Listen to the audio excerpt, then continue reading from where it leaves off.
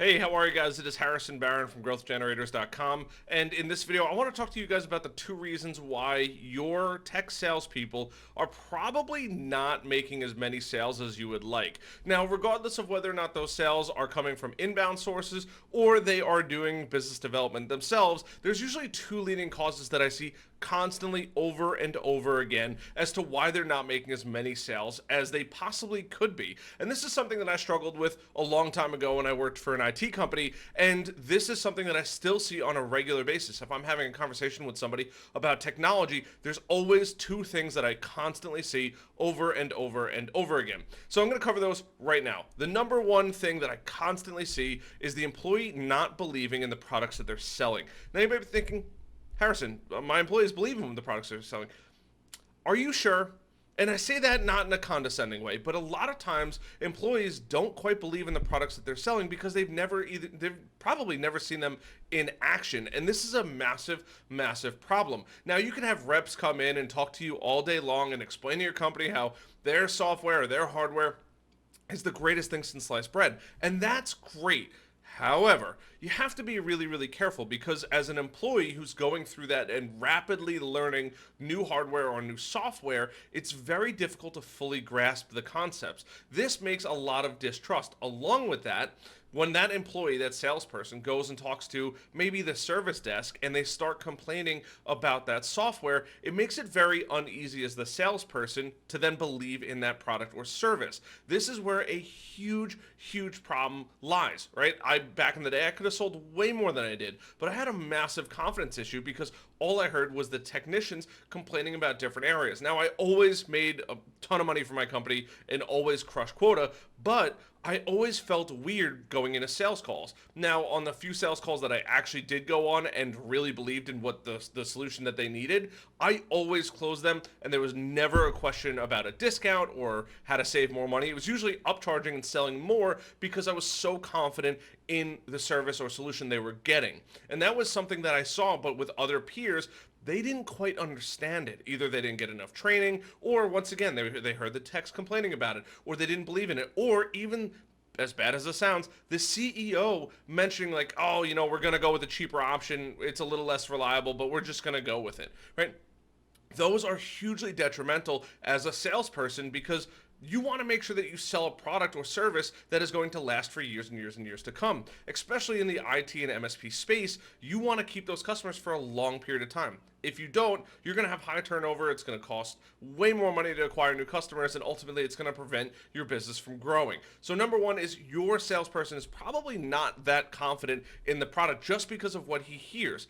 And number two is that salesperson, whomever it may be, and this doesn't need to be a salesperson, this could also be the CEO or other people in the company, they have a really hard time explaining to somebody who's a common person who's buying and signing those checks what it actually does, right? You have VMware and you have hypervisors and you have Acronis and Dropbox and all of these fancy, fancy terms, and I'm just going to throw out a bunch of them like 256-bit encryption and backups and raids and all of this fancy, fancy lingo. But at the end of the day, if you can't explain that to the business owner or the person signing that check to say, hey, thank you so much for what what you're buying or what we're buying and what you're providing to us, you're never going to have success. And this is another common problem that I see. Business owners don't understand what they're buying and they're very hesitant. They'll usually spend way less money with that MSP or IT company, and then on the flip side of things, not only are they going to spend less money, they're going to have less confidence because they don't understand fully what they're getting and how it's going to help their business, right? Hypervisors and VMware and building, multiple server configurations and all the fancy stuff that tech guys absolutely love, you have to be able to explain that down to the common person. For example, what is RAID? Well, there's different ways that the data writes to the hard drive, right? Look at the old CDs. It's got to write on those CDs, and that's essentially what is a hard drive, right? A hard drive has multiple drives in it. They're basically CD drives. They're different versions of them. But being able to explain that to the business owner and breaking it down as to what they're getting, why they're getting that, how it's helping them, and ultimately making it really common plain language is going to make your salesperson way better at their job. So when you're looking for salespeople, or you're hiring salespeople, or you've already hired salespeople, make sure that they can really communicate what they're actually selling. Maybe it's managed services, and they have to, you're providing managed services for a company, and maybe it's 100-person company. Well, how does that work? Explain that to the salesperson, so that salesperson can then go regurgitate and break it down for the business owner. Hey, by the way, for your $3,500 a month, or $5,000 or $10,000 a month, this is what you're going to get, and this is how it works, and this is why it works. And then let them ask questions, and then go back to those people and say, you know what, look, I get it. I just threw out a lot of information.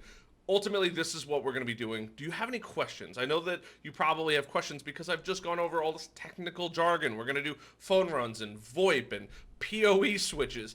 These people don't know that, and this is the vital thing that makes businesses with good salespeople who understand and are confident in their products and understand how to break it down for that business owner way more successful than the guys that are super technical. This is why sales or techs don't make good salespeople, because they have a really hard job or a really hard time explaining and breaking down that lingo into something that the common person can understand, right? Think about it. You're a lawyer, you're a supermarket owner, you're maybe a car dealership owner.